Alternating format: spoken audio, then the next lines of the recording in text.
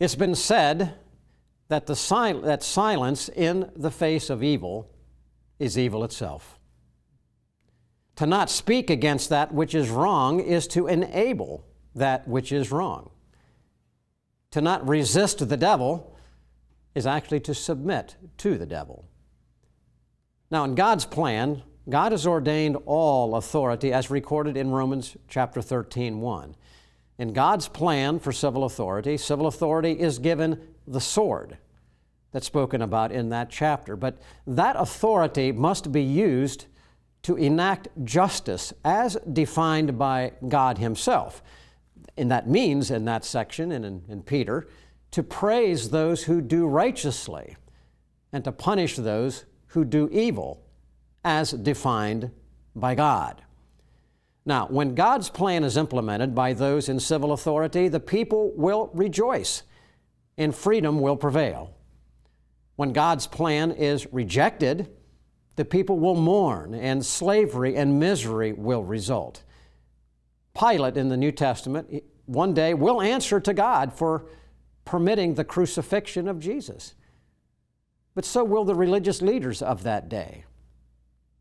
So will all political and religious leaders of our day give account to God for their relationship to justice and furthering that which is good or condoning that which is evil. So will all leaders answer to God Himself, who by their silence become complicit and therefore enablers of persecution and injustice and death. Today, in part 2 of our 2-part program entitled Wake Up, America, Worldwide Persecution and Death Increasing and Advancing, Isaac Crocket and I will be joined by our special guest, Dede Laugeson, Executive Director of Save the Persecuted Christians. And today we're going to build on last week's emphasis on the double-digit increase in the persecution of Christians worldwide when we identified last week the worst of the worst governmental and ideological persecutors as being Islamic nations ruled by Sharia law and by communist regimes like North Korea and mainland China. As Dede stated last week, the incidence of persecution is literally unprecedented in terms of both frequency and sheer numbers of people. Sadly and remarkably, as the persecution has been increasing, it seems that the silence has also increased. In this program today, we're going to do a review of American presidents and administrations, past and present, so that you can understand what happens when America fails to lead in the protection of persecuted Christians. The result is that at a time when the need is the greatest, those willing to come to the aid of those in need seem to be the most scarce. So what should we expect? Should we expect that we in the United States and the Western world will remain free from persecution? If yes, why? But if no, why? And with that introduction, let me welcome back to the program again today Dede Laugeson, Executive Director of Save the Persecuted Christians. Dede, thanks for being back with us today. Good to be back, Pastor. Thank you. Dede, just to get us set up again here, I already referenced the striking increase in persecution, but just give us an overview to get us going here from the standpoint of frequency, sheer numbers of change of what we're seeing in the last few years. Where are we on the track as we look at the incidence of persecution of Christians, and also tie into that, what nations should we be most concerned about in our day that are the worst persecutors of Christians? Well, Jesus said, as we neared the last days, to watch for signs of historic persecution. And we are seeing that today. 360 million Christians are heavily persecuted around the world today in the top 50 countries where it is most dangerous to be a Christian. That is an amazing, astounding rise of 67% in just 4 years. In 2018, those numbers were 215 million. Today, that number stands at 360 million followers of Jesus who wake up every day not knowing if they're going to make it to sunset. And It is astounding. And just give us a list of some of the top nations, just so people can get it in their mind, please. Sure. Afghanistan, North Korea, China, Somalia, Yemen, Libya. Of course, India also is on that list, Pakistan and Nigeria. People need to be paying attention to what's happening in the Western Hemisphere as well. Colombia, Cuba, and Mexico have made the Open Doors USA World Watch list. All right, Dede, you put a picture in front of our viewers' minds. And ladies and gentlemen, we come back in just a second. We're going to do a little internal look and look at our own American role in what we have done and are doing or not doing when it comes to defending persecuted Christians. Truth, flexible or permanent? The Bible, ancient history, or powerfully relevant? Culture, a reflection of enlightenment or warning signs? The pastor, commentator, or frontline combatant? Every day, American Pastors Network speaks to these questions where and when they matter. With hundreds of affiliate radio stations nationwide, a website and mobile app screening today's headlines through the twin lenses of the Bible and the Constitution, educating, informing, equipping. This is the American Pastors Network. The time is now to stand in the gap for truth.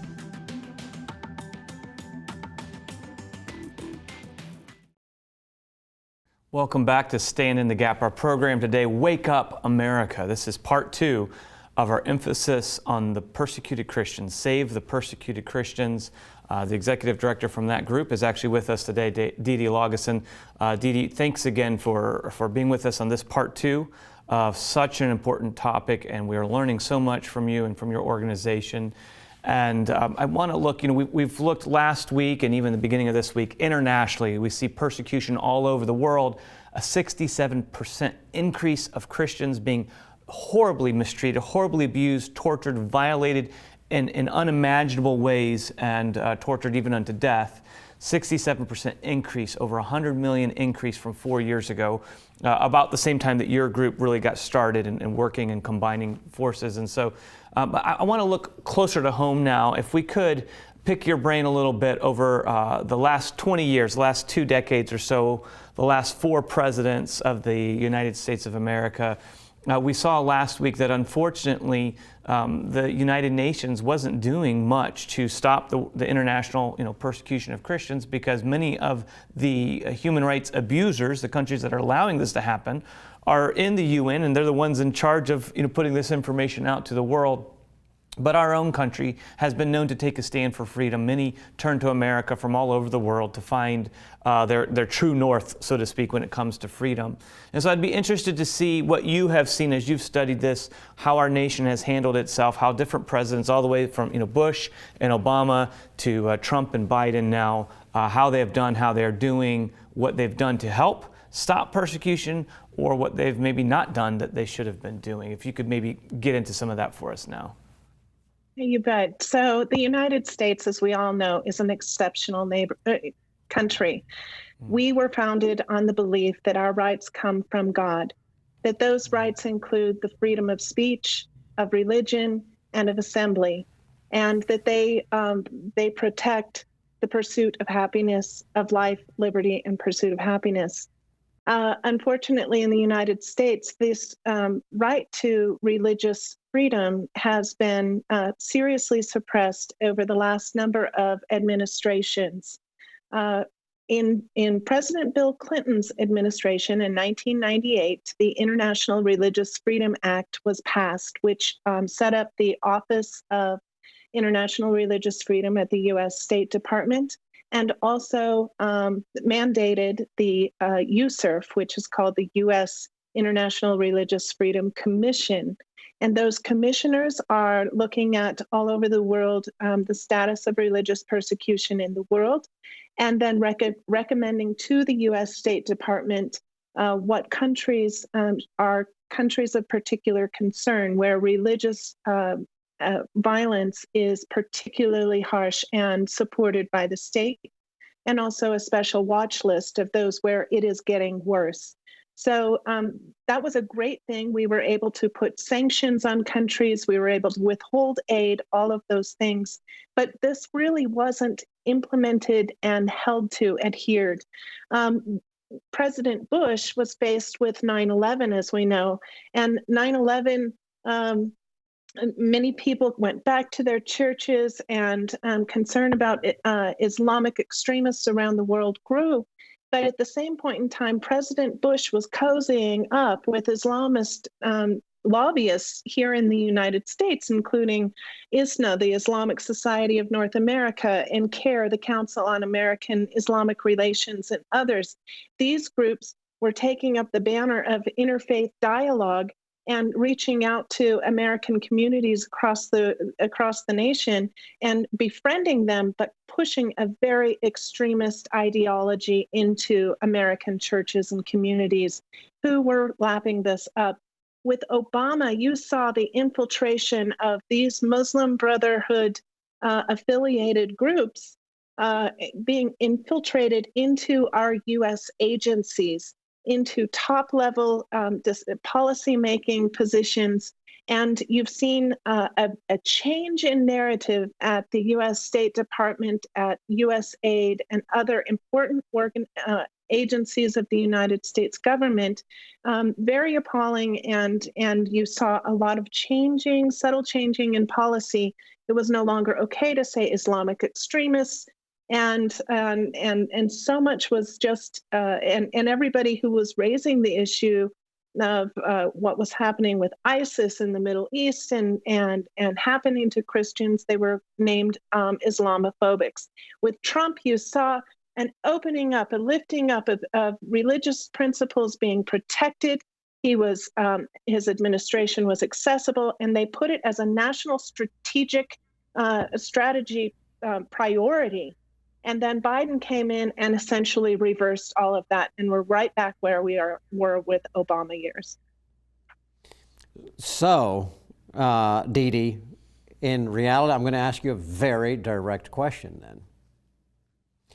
In this administration, as we do this program, we don't date our programs, but this is 2022. That's when we're dating this program and when we're taping it. Is our current U.S. Biden administration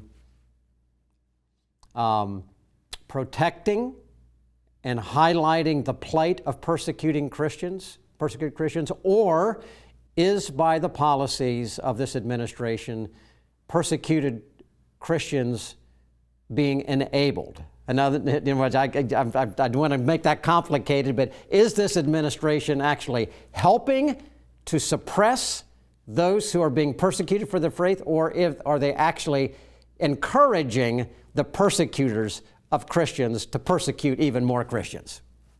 What do you think? 2 points right off the bat. We had the horrible withdrawal from Afghanistan, which not only emboldened Islamists around the world and the Taliban and terrorists all around the world. We also saw in Nigeria, just one day before Secretary Blinken went to Nigeria, he removed that country from the list of countries of particular concern, which our organization had worked so long to get them designated. So for political reasons, they were just removed. So this administration has no love for persecuted Christians around the world. All they are doing is emboldening those Islamic republics that are persecuting Christians, and even the communists as well, and not holding to account India with their religious nationalism. So no, this administration is all about promoting LGBTQ rights and critical race theory around the world, but they have and rejecting Christian morals and values in the public square. All right. Now let's go one other area. You've talked about nationalist extremism like India. We've talked about atheistic communism, North Korea, China. We've talked about the Islamic countries. But I'm going to ask another one here. Because a lot of the Western world, including the Biden administration, are globalist mentality. They are driving towards a one world, Western-dominated, globalist government. I don't find that they're a whole lot different when it comes to the respect for life. How do you put and where do you put the globalist mentality into this mix of those who are out there actively persecuting Christians? Well, in the same way that we see the Biden administration has no love for persecuted Christians, we seem to also be seeing that the Biden administration has no love for America. In so many ways, they are moving towards this globalist agenda and forget America first. And the reality is that we are seeing global predators, fascistic global predators. You have in the high level the WHO, the UN, the World Bank, that all of these things are funded publicly and privately by organizations such as the World Economic Forum with Klaus Schwab. These people look to decrease the world population by billions and are promoting a global reset. And you have Bill and Melinda Gates Foundation and so many others that are heavy influencers in this. So you see the rise of these corporate capitalism and fascism in this globalist unity. And we are seeing that the Biden administration, in every way that they can, is selling out America to the global regimes, and they are absolutely 100% opposed to Christianity that finds our rights come from God. And it is all about control, whether they're communists, whether they're religious nationalists, or whether they're these globalists.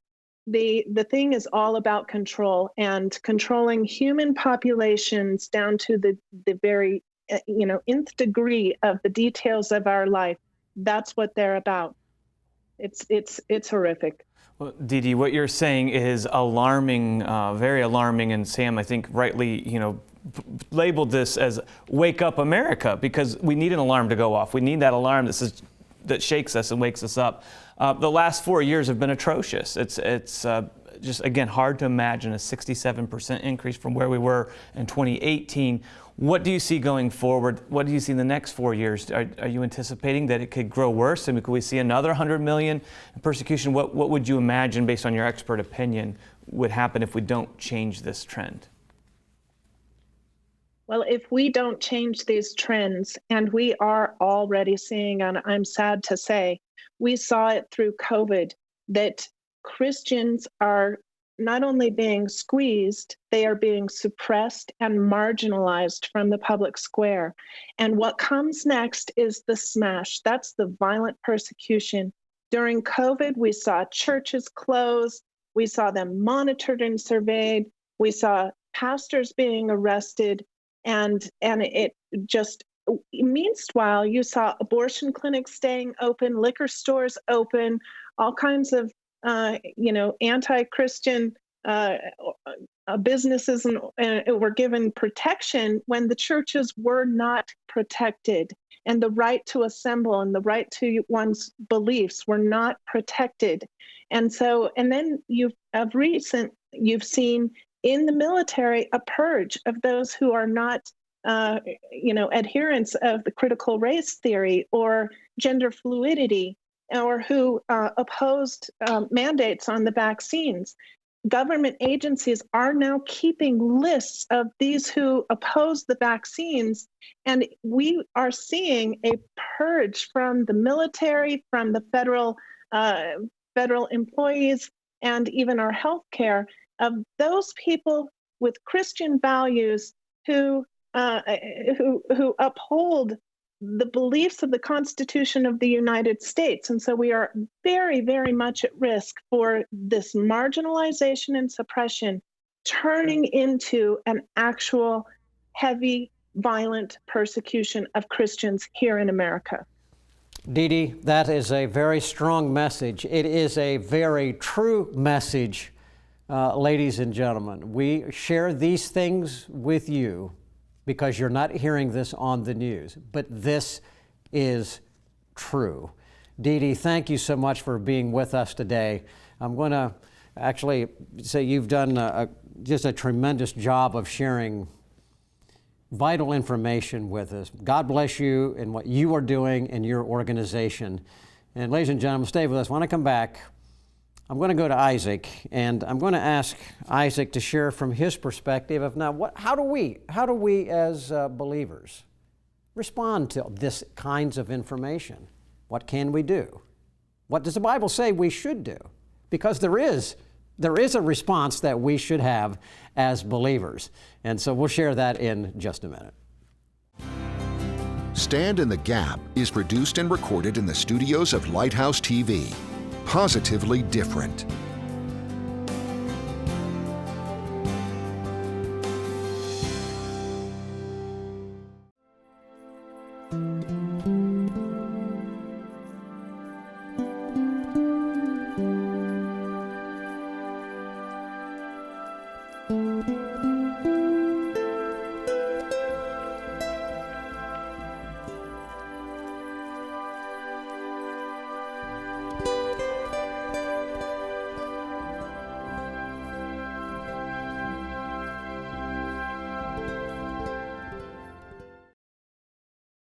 Well, Isaac, we've heard a lot of tough information. Mm-hmm. And we never allow on our radio program or the TV program our listeners or our viewers hang. Oftentimes at this point you'll come and you'll ask me a question. I'm going to reverse that role. I'm going to ask you. You're a pastor. You're going through sermons right now on series of scripture. You have young children. My children are raised. I have grandchildren. But I'd like our viewers to hear your perspective. Millennial pastor, someone who's younger. How should we take what the Bible says in light of all of these things that we've heard in this now Part 1 and Part 2 program in regard to persecution? How should we then, as Francis Schaeffer used to say, how then shall we then live? Good. That's such a good question. And in my family, it was there because my grandfather, and I've shared the story before, but my maternal grandfather came to the Lord because he saw Christians dying for the Lord. And under the Third Reich, he was in Holland, Dutch underground, saw 10 Christian students publicly executed because they wouldn't join with the Nazi party and do what they were told to do that way. And that led to his conversion and accepting Christ. And so, we would sometimes talk about that as a family. I try to talk to my children about suffering and watching their grandfather, my dad, die of cancer. There's that sort of human suffering, but talking about taking a stand in the gap, and that when you stand in the gap, we're at war. We're at war with the forces, the dark forces of this world, which we know are satanic. And when you're at war, you talk about darkness, and when you're in the middle of darkness, when they see light, you become a target. And so people might be familiar, especially older generations, with blackout blinds, and people in Ukraine are familiar with things like that right now. And so that's, when our light shines, we become a target. And in the New Testament, that was something that they rejoiced over. In Acts chapter 5, when the apostles were beaten and released, they rejoiced that they were counted worthy to suffer for his name. You and I found out after you had already made this program, I'm actually preaching on suffering this Sunday, preaching a series on Philippians.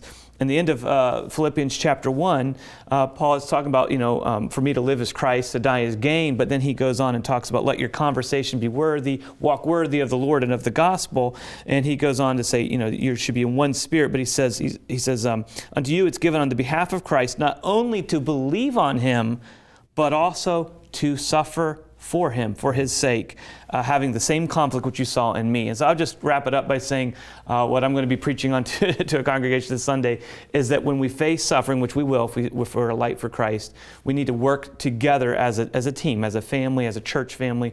But it also takes work. It's something that we have to prepare for, plan for, and learn it ahead so that when it comes, we're ready for it.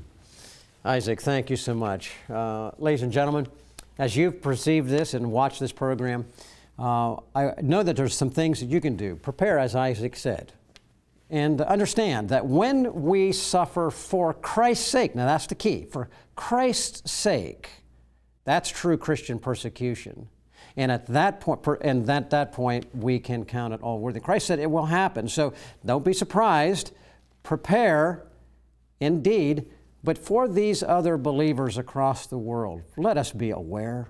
Let us uphold our fellow brothers in Christ across the world who are suffering for their faith, and understand that it is coming to our shore here. Let us trust in God, prepare in our heart and our mind to know the truth, to embrace the truth of the gospel of Jesus Christ, and then to stand in the gap for truth.